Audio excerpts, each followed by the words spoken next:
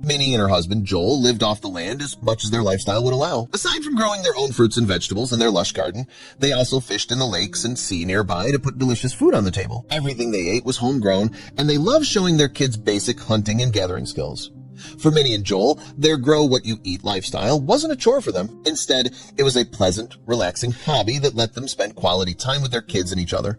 But on this fateful day's fishing haul, the couple caught something that changed everything. But before we continue, smash the like button, subscribe, and ring the bell so you never miss our upcoming stories. Bowfin, also known as mud pike or even trash fish, aren't always a welcome catch for fishermen. But if someone knew how to cook them properly, they could make quite a tasty meal.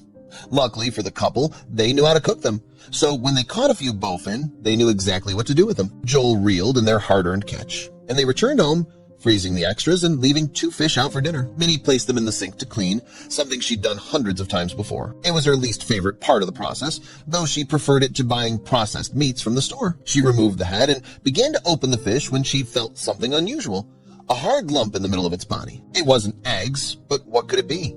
Fish are known to sometimes eat strange things. So she opened up the fish and carefully took out the insides. She had no idea what she might find, but when something shiny came into view, she gasped. Minnie stared at her hands. The delicate gold links formed into a necklace with an anchor pendant on the end. This was unbelievable. How did this little swimmer eat such a thing? Suddenly, the flabbergasted wife felt something strange along the fish again. The necklace already raised so many questions, but the little fish still had more to offer. She grabbed it again and took out the rest of the guts. She traced her figure down along the insides until she spotted where the bump was. But as soon as she dug her fingers in, something terrifying happened. Minnie put her finger over the lump and felt something move.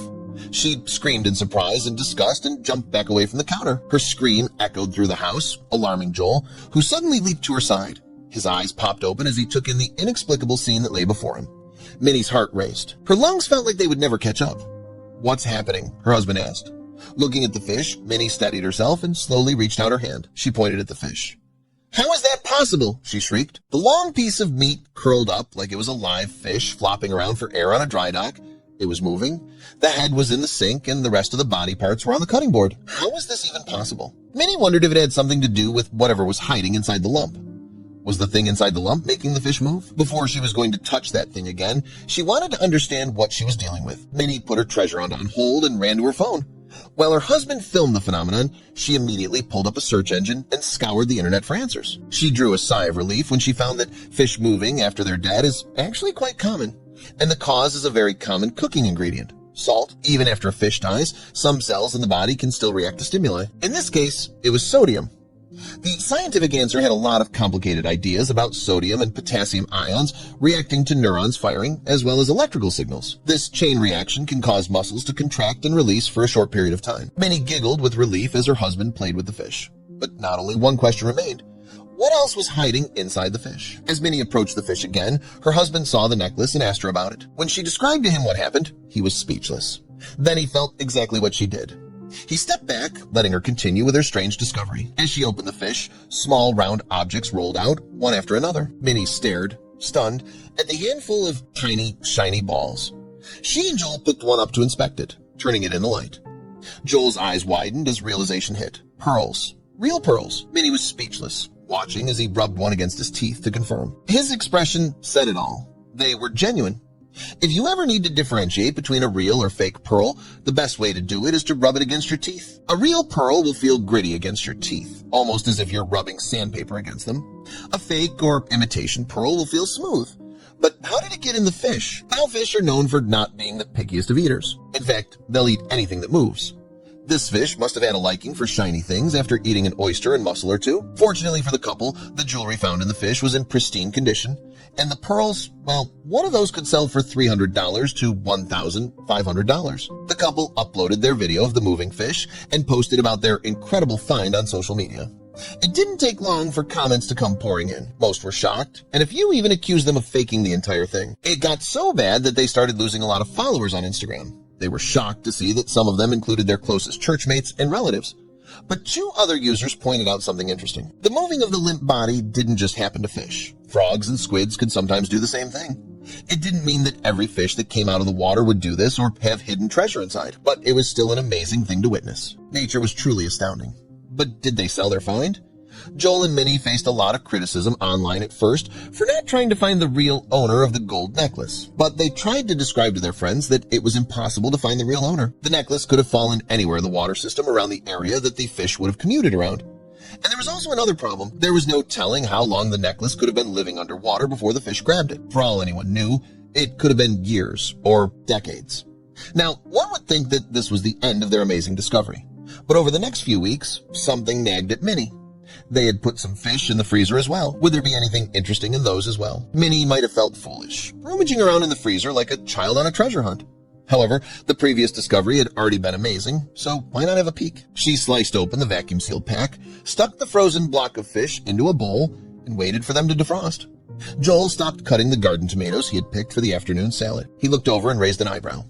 You don't actually think there's more? The fishy siblings didn't do the disturbing death dance like the other fillet. She slid the knife along the belly and poked her fingers inside, hoping to feel something other than squishy guts. Nothing. It was a normal fish, just like the hundreds they had caught before, but there were 4 more to go, and she pounced on them like a gambling addict with a pile of fresh scratch cards. Little did they know the mystery that awaited them, but it was on the 5th fish that her knife hit something solid. Joel's eyes went as wide as dinner plates when Minnie pulled out another piece of gold. But this one wasn't a necklace. It was a thick gold ring, like something a man would wear. Minnie leaned against the counter. Her head was already dizzy to the point of pulling her to the floor. This wasn't just a shiny new find, because as she looked closer, an astounding clue appeared. With the necklace and pearls, there was no way of knowing who the treasures belonged to. But as Minnie wiped away the icky film, the inside revealed an engraving, 2 names, and a date. This was the breakthrough they needed. The adventure wasn't over. It might not have been much, but the new details were far more than what they had started with. Joel pulled out his computer and frantically looked for wedding announcements around the date on the ring. Minnie did the same. There was no way she could sit back and do nothing. The entire thing was like finding a needle in a 100 haystacks. It wasn't until their 6th cup of coffee did something finally spark their hope again. James and Malene Jeffs. Joel's excitement nearly made Minnie jump. The name engraved inside the ring had to belong to its owners. A quick online search led them to a social media page filled with photos of grandkids and lighthearted jokes, but no mention of a lost wedding band. Maybe it had been missing for years. Minnie's hands trembled as she sent a message to Malene. The ticking clock grew louder as they waited, staring at the screen, hoping for a reply. Minutes stretched into hours, and still nothing came as the moon climbed high above. The kids slept soundly in their beds, while Joel snored like a chainsaw in his bark lounger. Minnie's head dipped towards the table over and over as she willed herself to stay awake. Finally, she heard the ding they had been longing for. Yes, we lost a wedding band, but that was years ago. Who is this? Before they could move forward, both Minnie and her husband had made one simple rule. She introduced herself, mentioning that their family were fishing fanatics. They had stumbled across the ring, but could the person or people on the other end describe it accurately? They weren't about to accidentally give someone else's wedding memento to a complete stranger. The dots appeared again, and the next message made many want to cry. They described it perfectly, right down to the use of Jimmy instead of James. They had found the owner of the ring, but the best part was yet to come.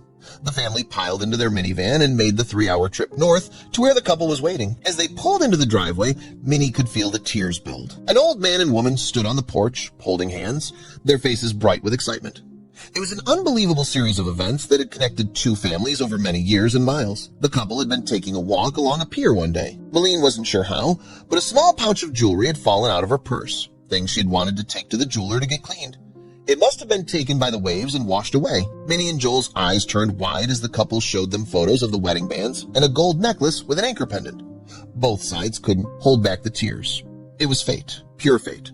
But the old couple was about to do something extra special. They insisted Minnie keep the necklace as a thank you for returning their long-lost ring. A small token to remember this unbelievable encounter. Even after a cup of tea and then returning home, Minnie and Joel's smiles didn't fade. But this wasn't the first time a fish has been found sporting a wedding band. Losing one of your personal items is annoying, but losing an item that's sentimental and irreplaceable is even worse. Thank you for watching. If you liked the video, please don't forget to leave a like, subscribe, and ring the bell so you never miss amazing tales like this one.